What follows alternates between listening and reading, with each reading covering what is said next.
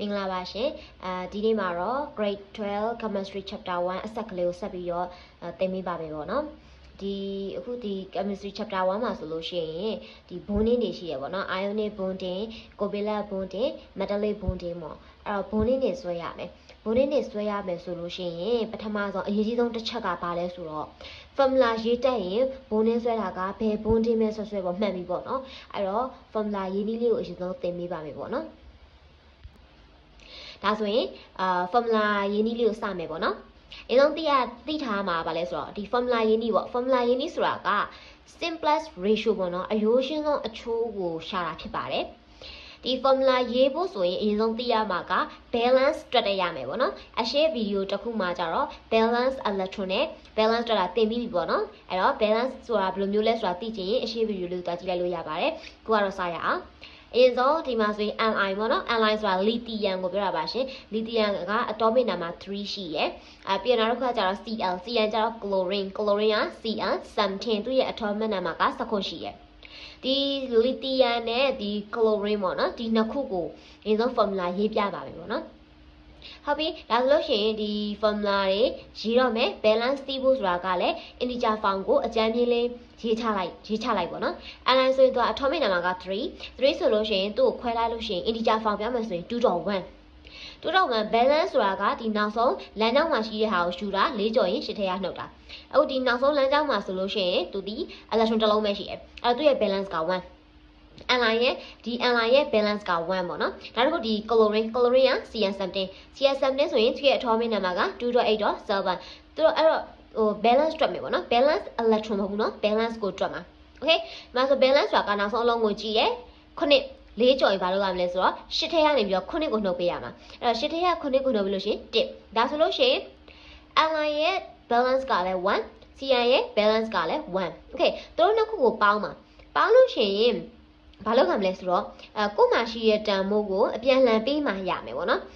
အပြန်လှန်ပေးမှရမယ်ဒါဆိုလို့ရှိရင် Li ရဲ့ဒီ atomic number Li ရဲ့ balance 1ရဲ့ CN ရဲ့ balance 1ရှိရဲ့အပြန်လှန်ပေးလိုက်တော့ Li1 CN1 ပေါ့နော်ဒါ1:1 ဆိုတာက simple ratio ဖြစ်နေပြီးသားမို့လို့ဒါသူ့ရဲ့ formula ဆိုလို့ရှိရင် LiCN3 ဖြစ်သွားမယ်ပေါ့နော်နာမည်ဆိုလို့ရှိရင် lithium chloride ဆိုပြီးတော့ဖြစ်မယ်နောက်တစ်ခုသွားမယ်ပေါ့နော်နောက်တစ်ခုကကျတော့ဒီ sodium နဲ့ fluorine ကို formula ရေးကြည့်ရအောင်ပေါ့နော်ဒီ sodium ကသူ့ရဲ့ atomic number က Na11 ဆို integer form ပြောင်း 2.8.1 ဒါဆိုသူ့ရဲ့ balance ကနောက်ဆုံးလမ်းကြောင်းကြည့်နောက်ဆုံးလမ်းကြောင်းမှာ1ဆိုတော့ဒါ balance က1ရှိတယ်နောက် fluorine ကပါလေ F9 ဆိုတော့သူ့ကို integer form ပြောင်းတော့ 2.7 ဒါဆိုရင် balance ကိုတွက်ရအောင်နောက်ဆုံးလုံးကိုကြည့်7 4ကျော်တော့8ထဲကနေပြီးတော့နှုတ်အဲ့တော့8ထဲကနေ9နှုတ်တော့1သူ့ရဲ့ balance က1ဒါဆိုကြည့်ပါအောင်ဒီမှာဆိုရင် Na ရဲ့ balance ကသူ့ရဲ့အောက်တစ်တိတ်မှာရေးထားတယ်1ဒီfluorine ရဲ့ balance ကလည်းသူ့ရဲ့အောက်တစ်တိတ်မှာရေးထားတယ်1သူတို့နှစ်ခုကိုပေါင်းကျင်တယ်ပေါ့နော်ဒါဆိုရင်အပြန်အလှန်သူ့ရှိတာကိုပေးကိုရှိတာသူပေးရမယ်ဆိုတော့ Na1 F1 ဆိုဖြစ်သွားမယ်ဒါ simplest ratio မို့လို့ဒါ NaF ဆိုပြီးတော့ပဲရေးလိုက်မယ်ပေါ့နော် Na က sodiumအနောက်မှာရှိတဲ့ကောင်ဒီသူ့တစ်လုံးနဲ့နေရင်တော့ F က fluorine ပါအနောက်မှာရောက်သွားပြီပေါ့နော်ဒီ formula ရဲ့အနောက်ကိုရောက်သွားပြီဆိုသူဒီ fluoride ဆိုဖြစ်သွားတယ်ခုနက CN ကိုပဲကြည့်ပါသူ့တစ်လုံးနဲ့နေတော့ chlorine formula ရေးလိုက်တဲ့အခါမှာပေါင်းဆက်လိုက်တာဖြစ်ကြမှာသူဒီ chloride ဆိုဖြစ်သွားမယ်ပေါ့နော် okay နောက်တစ်ခုဆက်သွားရအောင်နောက်တစ်ခုကကြတော့ K ပေါ့နော် K ရဲ့သူ့ရဲ့ atomic number က19 K ဆိုတာက potassium ကိုပြောတာဒါဆို balance ကိုတွက်မယ်အဲ့တော့ integer form လေးရေးလိုက်ပါ 2.8.8.1 ဒါဆိုသူ့ရဲ့ balance က1ဒီမှာ K ရဲ့ balance က1ပါပြီးလို့နောက် oxygen ဆိုသူ့ရဲ့ atomic number က8အဲ့တော့ integer form ပြောင်းရင် 2.6 6ဆိုတော့သူ့ကို balance တွက်မယ်ဆိုရင်နောက်ဆုံးလုံးကိုကြည့်4ကြော်ရင်8ထဲကနှုတ်6ဆိုတော့4ကြော်နေပြီဒါဆို8ထဲကနေပြီးတော့နှုတ်ပေးရမယ်ပေါ့နော်8ထဲကနောက်ဆုံးအလုံးကိုနှုတ်ကမှာအဲ့တော့8ထဲကနေ6နှုတ်ဆိုတော့ဘယ်လောက်ကြမလဲ2ဒါဆိုသူ့ရဲ့ balance က2ပဲကဲကြည့်ပါမှာဆိုရင်ဒီ K ရဲ့ balance က1သူ့တဲ့မှာရေးထားတယ်oxygen ရဲ့ balance ကကြာ2သူတို့နှစ်ခုကအခုမပေါင်းရသေးဘူးเนาะအခုမှပေါင်းမှာအဲ့တော့အပြန်အလှန်ပေးလိုက်ဒီ K ရဲ့1ကို oxygen ကိုပေးလိုက်မယ် O ကိုပေးလိုက်မယ်ဒီ O ရဲ့2ကိုကြာတော့ K ကိုပေးလိုက်အဲ့တော့ဘာဖြစ်သွားမလဲဆိုတော့ K2O ဆိုပြီးဖြစ်သွားမယ်okay အဲ့တော့ K2 ကိုဖြစ်သွားပြီဒါဆိုဒါ formula ရေးပြီးသားဖြစ်သွားပြီ K ဆိုတာက potassium ကိုပြောတာခုနလည်းပြောထားရပေါ့နော်တစ်လုံးနဲ့ဆိုရင် oxygen ပေါင်းလိုက်ပြီဆိုလို့ရှိရင် outside အဲ့တော့ဒီ compound ဒီ formula ရဲ့နာမည်ဒီပါလဲဆိုတော့ potassium oxide နောက်တစ်ခု Mg12 ပေါ့ Mg12 ဆိုတာဒါသူမှဒီအောက်မှာရှိတဲ့ကောင်ကဒါ atomic number လေးပေါ့နော်ဒီအလုံး20ကတော့စထားတင်တယ်လို့ပြောထားပါတယ်ပေါ့နော်အဲ့တော့ဒီဟာကို integer form ပြောင်းလိုက်စနစ်ကို integer form ပြောင်းမယ်ဆိုလို့ရှိရင် 2.8.2 အဲဆိုရင်သူ့ရဲ့ balance ကိုတွက်မယ်နောက်ဆုံးလုံးကိုကြည့်မယ်ပေါ့နော်နောက်ဆုံးလုံးဒီဒါက2ဖြစ်တဲ့ကြောင့်လို့ဒီမှာဆိုလို့ရှိရင်ဒီမှာ Mg ရဲ့ balance က2နောက်တစ်ခုကကျတော့ CN something CN something ကကျတော့ခွဲလိုက်မယ်ဆိုရင် 2.8.7 ဒါဆိုသူ့ရဲ့ balance ဒီ4.8ထဲကနှုတ်ဆိုတော့8ထဲက9နဲ့တော့1ဒီမှာဆို CN balance က1 okay formula ရေးချင်တယ်ဆိုတာကပေါင်းဆက်လိုက်တာပဲပေါ့နော်ပေါင်းချင်တယ်ဆိုတော့ပြန်လည်သူရှိတာကိုပေးကိုရှိတာသူပေးဆိုတော့ Mg ရဲ့2ကို CN ကိုပေးလိုက်မယ် CN ရဲ့1ကို Mg ကိုပေးလိုက်မယ်ဆိုတော့ဘယ်လိုဖြစ်သွားမလဲဆိုတော့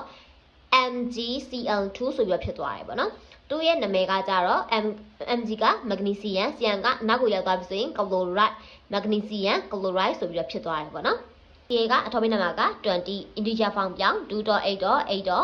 ဒါဆိုသူ့ရဲ့ balance က2 Ca ရဲ့ balance က2 oxygen ကဒီမှာပြထားတယ်ပေါ့နော် balance လေးတွက်ကြည့်လိုက်ပါအဲ့တော့ Ca ရဲ့ balance ကလည်း2ပါ oxygen ရဲ့ balance ကလည်း2ဒါဆိုအပြန်လှန်ပေးလိုက်ရင်လည်း Ca2O2 ပဲဖြစ်မှာ2 ဒီသူက simple ratio မဟုတ်ဘူး formula ရေးရင် simple ratio ကိုတွက်ရမယ်လို့ပြောရပါတော့ simple ratio ဆိုတာလုံးဝထပ်ပြီးတော့ရှင်းလို့မရတဲ့ပုံစံကိုပြောတာပါအခုကကြပါလဲဆိုတော့သူက Ca2O2 ဆိုရဖြစ်နေတယ်အဲ့တော့ဒီနှစ်တယ်လီနှစ်ထပ်ရှင်းလို့ရသေးတယ်ရှင်းပေးပါအဲ့လိုထပ်ရှင်းလိုက်တဲ့အခါမှာ CaO ဆိုဖြစ်သွားတယ်ဒါဒီ 1:1 ကိုထပ်ရှင်းလို့မရတော့ဘူးအဲ့ဒါကြောင့်မို့သူဒီ formula ဒီ CaO ဆိုဖြစ်သွားတယ်ပေါ့နော်နာမည်က calcium oxide Li ပေါ့နော် Li က3 2.1 Li ရဲ့ balance က1 fluorine ရဲ့ balance ကကြာ1ပေါ့နော်ဒီဟာလေးပေါ့အကုန်လေးရေးပေးထား integer form လေးရေးပေးထားဖြစ်တဲ့ကြောင့်မလို့စိတ်ထဲမှာပေါ့ balance လေးတွက်ကြည့်ပေးပါပေါ့နော်အဲဆို Li ရဲ့ balance က1 F ရဲ့ balance က1 1:1 အပြန်လှန်ပေးလိုက်လဲ Li 1 F1 ပဲဒါ simple ratio ဖြစ်နေပြီးသားမို့လို့ LiF ဆိုဖြစ်သွားမယ်နော်နာမည်က lithium fluorideနောက်တစ်ခါကျ Na နဲ့ S ကို formula ရေးမယ်ပေါ့နော် Na ရဲ့ balance က1ပါ S ရဲ့ balance က2ပါအဲ့တော့သူတို့နှစ်ခုကို formula ရေးနေဆိုအပြန်လှန်ပေး Na ရဲ့1ကို S ကိုပေး S ရဲ့2ကို Na ကိုပေးတော့ Na2S ဆိုပြီးဖြစ်သွားမယ်ဒီ compound တွေဒီဒါက formula ရေးဖို့အတွက်လေ့ကျင့်ခြင်းသာဖြစ်တယ်ပေါ့နော်တချို့ compound တွေကတကယ်လက်တွေ့မှာတော့မရှိဘူးပေါ့နော်Okay နောက်တစ်ခုသွားမယ်Na နဲ့ S ကိုပြီးပြီဆိုလို့ရှိရင် K နဲ့ CN ကိုသွားမယ်ပေါ့နော် K နဲ့ CN ကိုသွားမယ်ဆိုရင် K ရဲ့ balance က1 CN balance က1အပြန်လှန်ပေးလိုက်လဲ1 1ပဲဆိုတော့ similar ratio ဖြစ်နေပြီးသားဒါဆိုရင်သူရဲ့ formula ဒီ KCN potassium chloride ဆိုပြီးဖြစ်နေမယ်ပေါ့နော်နောက်တစ်ခါကျတော့ Mg နဲ့ P နဲ့ Mg နဲ့ P ဆိုလို့ရှိရင် Mg ရဲ့ balance ကတွက်ကြည့်လိုက်ပါ2ရလိမ့်မယ်ပေါ့နော်ဒီ phosphorus ကကျတော့ P15 P15 ဆိုရင်ခွဲကြည့်လိုက်ရင် 2.8.5လေးကြော်တော့8ထဲက8ထဲက9တော့3အဲ့တော့သူ့ရဲ့ balance က3ပေါ့နော်အဲ့တော့သူတို့နှစ်ခုပေါင်းခြင်းနဲ့အပြန်လှန်ပေးလိုက်ပါ Mg ရဲ့2ကို P ကိုပေးလိုက်ပါ P ရဲ့3ကိုကြာ Mg ကိုပေးလိုက်ပါဆိုတော့ Mg3P2 ဆိုဖြစ်သွားပါမယ်သူရဲ့formula နာမည်ကကြတော့ magnesium phosphide ဆိုဖြစ်သွားလိမ့်မယ်ပေါ့နော် phosphorus ကနေလာတာနောက်တစ်ခါကျတော့ Ca နဲ့ Cn ကိုတွက်မယ်ပေါ့နော် Ca ရဲ့ balance ကိုတွက်ကြည့်လိုက်ပါ2ရလာပါလိမ့်မယ် Cl ရဲ့ balance က1အဲ့တော့ပေါင်းခြင်းနဲ့အပြန်လှန်ပေးလိုက်Ca ရဲ့2ကို Cn ကိုပေးလိုက် Cn ရဲ့1ကို Ca ကိုပေးလိုက်အဲ့တော့ CaCN2 နာမည်က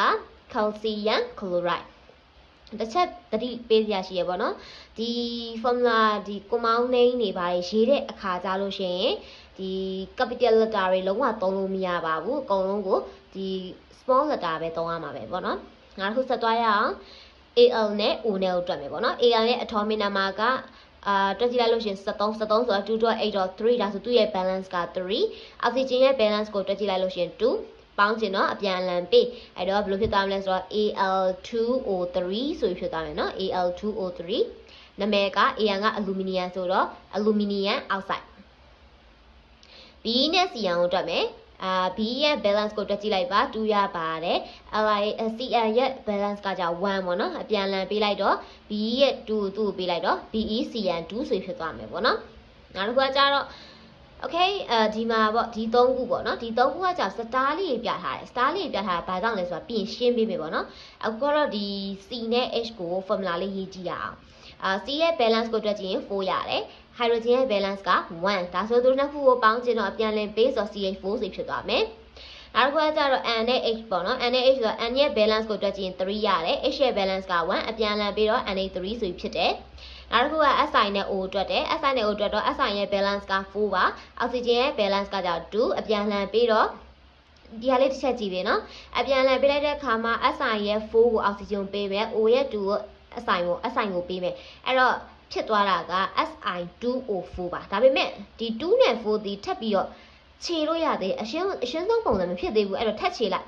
2တက်လီ2 2နှစ်လီလေးခြေတာကအပြန်အလှန်ပေးပြီးတော့မှခြေရတာနော်အဲ့တော့အပြန်အလှန်ပေးလိုက်တယ်ပြန်အလှန်ပေးလိုက်တဲ့မှာ si2o4 ဖြစ်သွားတယ်အဲ့တော့မှခြေမယ်ခြေလို့ရသေးရင်ခြေမယ်2တက်လီ2 2နှစ်လီလေးအဲ့တော့မှ si1o2 ဆိုတော့ si2o2 ဆိုပြီးဖြစ်သွားတယ်ပေါ့နော်โอเคဒါဆိုဆက်ကြည့်ပေးပါနောက်တစ်ခုကကျတော့ဒီ AL နဲ့ F ကိုတွက်တယ်ပေါ့နော် AL နဲ့ balance က3ဖြစ်တယ် F ရဲ့ balance က1အပြန်အလှန်ပေးလိုက်တော့ ALF3 ဆိုဖြစ်သွားတယ် AL က aluminum မလို့သူ့ရဲ့ဒီနာမည်ကကျတော့ aluminum fluoride ဖြစ်တယ်ပေါ့နော်ပြီး AL နဲ့ CN ကို formula ရေးကြည့်မယ် AL ရဲ့ balance က3 CN ရဲ့ balance က1အပြန်အလှန်ပေးလိုက်ပါ ALCN3 ဖြစ်သွားမယ်နာမည်က aluminum chloride ဆိုဖြစ်သွားမယ်Okay ဒါက formula ယင်းဒီကိုသင်လိုက်တာဖြစ်ပါတယ်ဒီ formula ယင်းဒီမှာဆိုရင်ထူးခြားချက်တစ်ခုရှိတယ်ဒီ star ပြထားတဲ့3ခုပေါ့နော်ဒီ star ပြထားတဲ့3ခုကြည့်ကြည့်ပါဒီပေါ့မတယ်လားနားမတာလည်းချက်စစ်ကြည့်ပေးပါကာဗွန်ဒီ C2.4 ဒါဆိုရင် group number ကိုကြည့်ပေါ့နော် group number ကဒီနောက်ဆုံးလမ်းကြောင်းကိုယူတာပေါ့နော်အရှိတိုင်းယူတာသူကြတော့4ကြော်လဲ8တဲ့နှုတ်စရာမလိုဘူးအဲ့တော့ဒီကာဗွန်ရဲ့ group ဒီ group 4ဆိုတာဒါ non metal group hydrogen ဒီ1ဆိုatomic number 1ပေါ့နော်ဒါ group 1ပြင်မဲ့လို့သူကချင်းချက်အနေနဲ့ non-metal အဲ non-metal နဲ့ non-metal နဲ့ပေါင်းထားတဲ့ကောင်လေးဖြစ်တယ်ပေါ့နော်အဲ့တော့ဒီ non-metal နဲ့ non-metal နဲ့ပေါင်းတယ်ဆိုလို့ရှိရင်ဒီဟာဒီတော့ covalent bond တွေပဲဖြစ်နိုင်တာအဲ့နာမည်ပေးရဆိုလို့ရှိရင်သူကဟို metal တွေကို metal oxide တွေကိုနာမည်ပေးရတယ်မတူဘူးပေါ့နော်ငါဆိုလို့ရှိရင်ကာဗွန်ပြီးရင်ဒီမှာဆိုလို့ရှိရင်ကာဗွန်ဟိုက်ဒရိုဂျင်အနောက်မှာဆို hydrideကာဗွန်ဟိုက်ဒရိုက်လို့ပေးလို့မရဘူးပေါ့နော်အဲ့လိုမျိုး non metal တဲ့ဆိုလို့ရှိရင်ဒီအရေးအတွက်တွေကိုကြာတော့သူကနာမည်လေးနဲ့ပေးရတယ်ပေါ့နော်။မှာဆို4ဆိုလို့ရှိရင်mono 1 di 2 tri 3 tetra 4ဆိုတဲ့ပုံစံမျိုးတွားလာအခုဒီမှာဆိုလို့ရှိရင်4မို့လို့သူက tetra ဆိုပြီးသုံးပေးရတယ်။ carbon tetra hydride ဆိုပြီးဖြစ်မှာနာမည်ပေးရဆိုရင်ပေါ့နော်။နာမည်ပေးအဲ့လိုပုံစံမျိုးလေးဖြစ်မယ်။ဒါအခုငါဆိုလို့ရှိရင် Na3 ဆိုလို့ရှိရင်လည်းသူက ammonia ဆိုရင်လည်း Na3 လို့သိကြရပေါ့နော်။ဒီတိုင်းပဲဟိုနာမည်ပေးမယ်ဆိုလို့ရှိရင် nitrogen trihydride အဲ့လိုမျိုးလေးဖြစ်မှာအဲ့လိုမျိုးဖြစ်မှာဆိုဒါပြောချင်တာကဟိုကွန်ပင်လက်ဘုံနေနေပေါ့နော် non metal နဲ့ non metal နဲ့ပေါင်းထားတဲ့ကောင်တွေကြတော့ရိုင်းမဲ့ formula ရေးတဲ့အနေနဲ့လေ့ကျင့်တာပဲရှိတယ်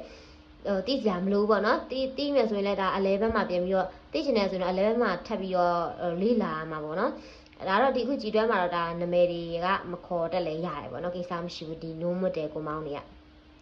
ကျန်တဲ့ကောင်တွေကိုကြည့်ပြပါကျန်တဲ့ကောင်တွေအကုန်လုံးဒီသူကအကုန်လုံး metal တွေဒီမှာဆိုရင် lithium မှာနောက်ဆုံးမှာတွေ့လာ1နေနဲ့စုံတယ်နောက်ဆုံးမှာ1နေနဲ့စုံတဲ့ကောင်တွေ group 1နောက်ဆုံးမှာ2နေနဲ့စုံတဲ့ကောင်တွေ group 2သူက group 1နဲ့ group 2တွေက metal တွေကိုနောက်ကကောင်တွေဒီကြည့် group 7တို့ group 6တို့ group 7တို့ဆိုတာက non metal group လေအဲ့တော့ metal နဲ့ non metal နဲ့ပေါင်းထားတဲ့ကောင်တွေဒီကျန်တဲ့ဟာတွေအကုန်လုံးကအဲ့တော့ metal နဲ့ non metal ပေါင်းလို့ရှိရင်တွေ့တယ် ionic bond ဖြစ်မှာ ionic bond ဖြစ်မယ်ဆိုလို့ရှိရင်နာမည်ကိုရိုင်းမဲ့ရိုးလေးပဲအဲ့လိုပေးလို့ရတယ်အဆင်ပြေတယ်ပေါ့နော်metal နဲ့ non metal က okay တယ်ပြီးတော့နောက်တစ်ခု aluminum နဲ့ပေါင်းတဲ့ကောင်ရှိတယ် aluminum ဒီ group 3เนาะ group 3เนาะ group 3ကသူက group 3မှာကချွင်းချက်တွေရှိတယ်အဲထဲမှာ aluminum ဒီဒါ metal အနေနဲ့သုံးတယ်ပေါ့နော်အားလေးတစ်ချက်သိပေးပါဒီလောက်ပါပဲ